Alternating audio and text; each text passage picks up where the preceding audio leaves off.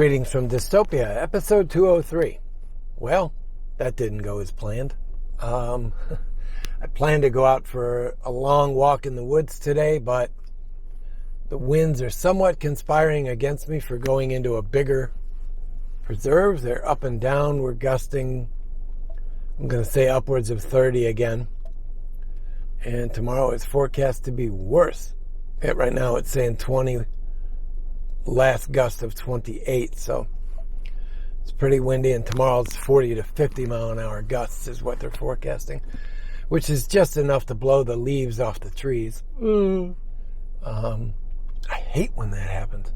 Just as the color really starts to peak, you get a windstorm and it just blows all the leaves down.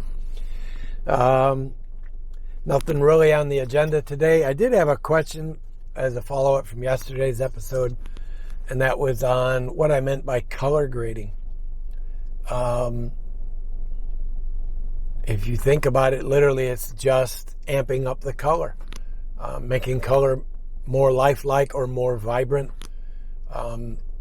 If you watch enough YouTube videos, you'll see that there's a certain group of creators on YouTube who really punch the colors up, and it's the same thing in film photography too. You've got there's the group that's a very flat color profile, and then there's the group that just tweak it all the way to the max, particularly digitally.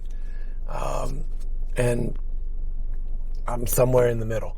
Sometimes you want that punch of color, but you're better off to get it truly in camera rather than doing it in edit.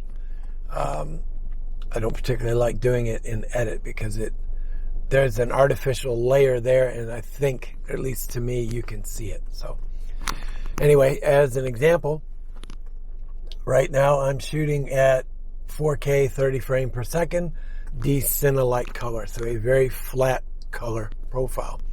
I'll stop the camera and then start recording, and the next recorded bit will be color graded.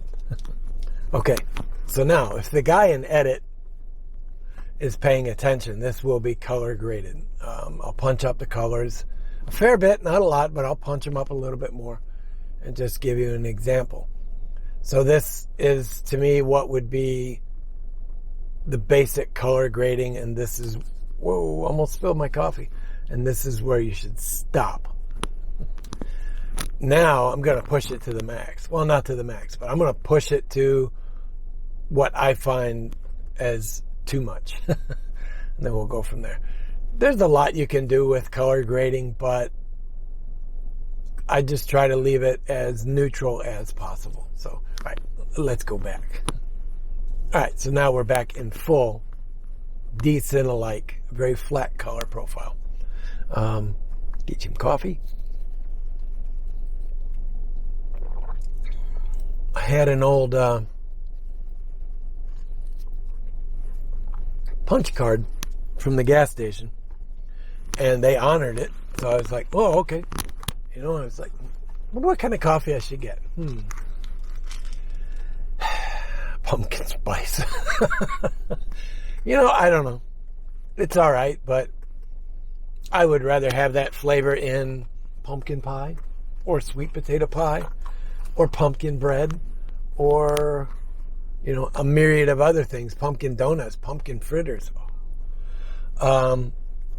If you've not had a pumpkin fritter, so just think apple fritter, deep fried goodness, but with pumpkin flavor and pumpkin doesn't really have a flavor, but with pumpkin spice flavoring, yeah, that is fall. Just as I hit the button to ask Google, it clicked in my head, pfeffernuss, so pepper nut, literally translated.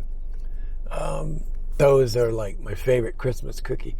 But Mom always made these little oblong triangle cookies too. They were anise flavored. Anise! But yeah, they were anise flavored cookies.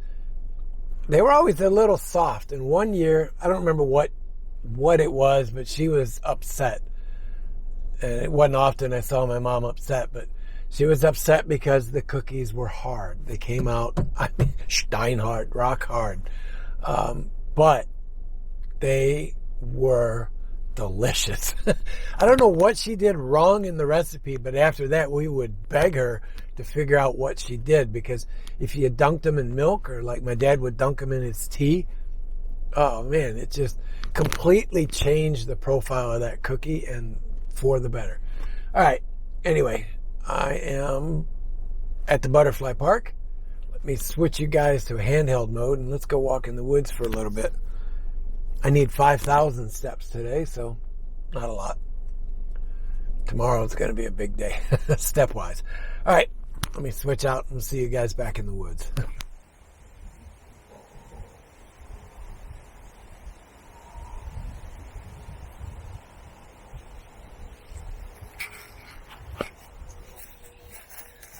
A lot of the leaves already got blown down. That's right. Random painting on a tree there. Yeah, I'll go back and show you. It's a blue and yellow eyeball. Kind of weird.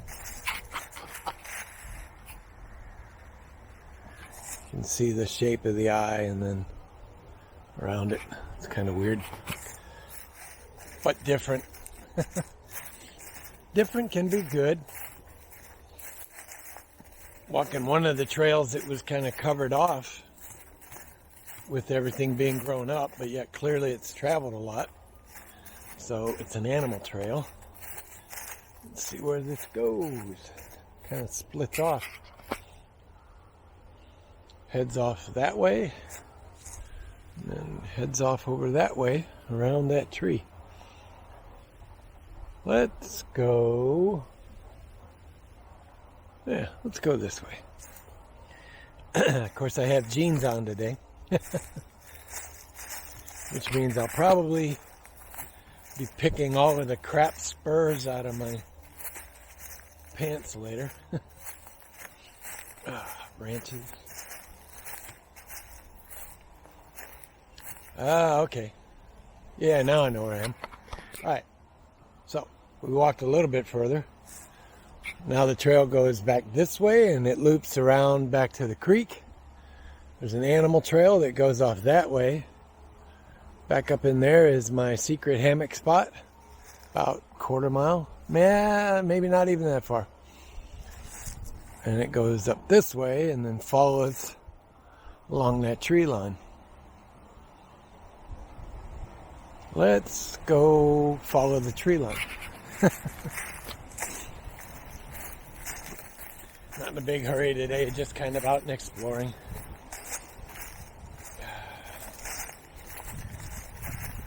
Well, that didn't take long. Just got my goal. Alright, let's see. Day 296. All goals met. You might remember this from the Bluebell videos back in the first part of May.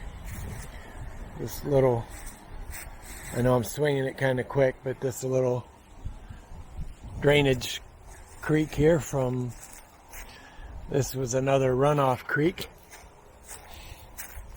out of the butterfly field. So this one can be pretty fun to walk in the spring. As much as I'm looking forward to my winter hikes this year and a couple snowshoeing trips, that's got me eagerly thinking about spring and all of the bluebells again. This camera takes so long to start up. It's annoying. I don't know where they went. I just jumped a fox and a kit probably this year. It's pretty cool. You can see where the deer have been bedding down in there. I don't know where that fox went. When I came up the little hill, she was laying right at the base of this big tree with the kit, and they both got up and took off running down this way. But by the time I got up the little hill, I didn't see where they went. Alright, so here's just another example of color grading. The camera has a ND16 filter on it, neutral density 16. So here's no color grading, color graded, non-color graded.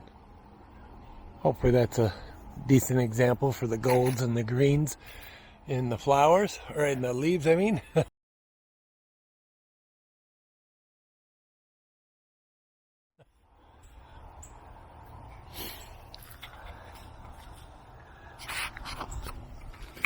Moved through the woods and came back out onto the east trail here. It's kind of the main trail leading back in. It's paved all the way down to the bridge over Spring Hole Creek. And then it becomes a proper dirt trail. No gravel, no nothing, just dirt, and it feels good on the feet. Nice and soft. I'm not even wearing my walking shoes today. I was gonna go the west trail, but I hear a lot of birds over here. So let's go see what kind of birds. Since I'm looking for starlings, and I don't have the big camera, I hear a lot of birds roosting, roost calls. I know this isn't gonna pick them up, not very clearly, but it's the tree on the other side of the train tracks. It's full of red-winged blackbirds.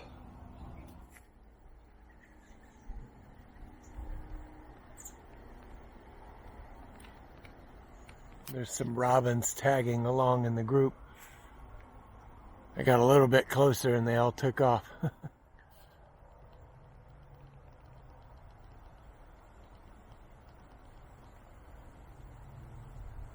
Now's when I need the big camera. Gorgeous little downy woodpecker. Hopefully he's showing up on video. It's about 20 feet away. Now their little camp shelters come along pretty good. They left a fire burning though, but at least it's down in a pit. It's a good spot for a shelter too. The tracks are probably 10 feet above it. And I got rain falling. Great. Alright, so I'm going to move off of this creek trail and head back into the woods and get out of the rain. It's not too bad right now. It's just a light sprinkle, but when you don't plan on rain, I didn't bring a rain jacket. Don't have my pack, otherwise I'd have one. I just figured this would be a quick walk. Get out here and get it done, you know. Well, I had a clear shot to the northwest looking through the woods, and I can see a bunch of rain falling. So I decided to stay on the main trail and just work my way back to the van as quickly as possible. As you can tell, the wind picked up too, and it's cold. My fingers are actually freezing. All right, I'll see you in the van. All right, so I'm back in the van. The rain has come and gone. It was funny as I was heading across and I could just see off to the northwest there. It was like, oh no, I'm not going that way. So I came back as quick as I could. Oh, is that him coming back?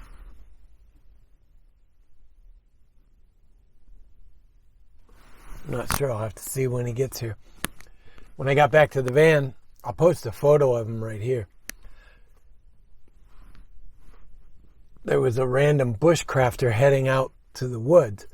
I was talking to somebody not long ago about that, but they were like, oh, I don't get these guys that go up in the woods and they play with sticks all day.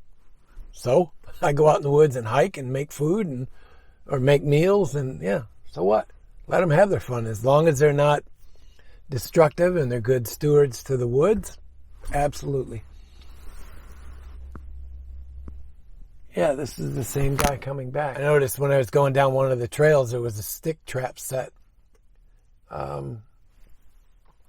It's just two little pieces of wood with a pivot so that if somebody walks by, it falls, and then you know somebody's been down the trail.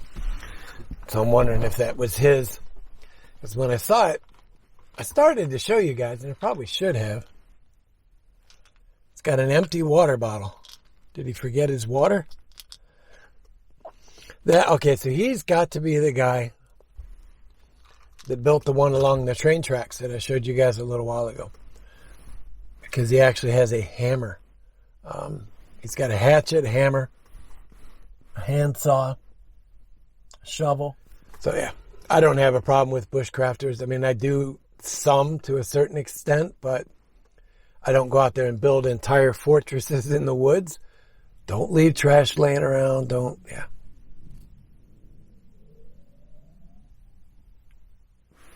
I want to see if that shows up on the audio portion of the video. My stomach is just growling my intestines, just growling like crazy.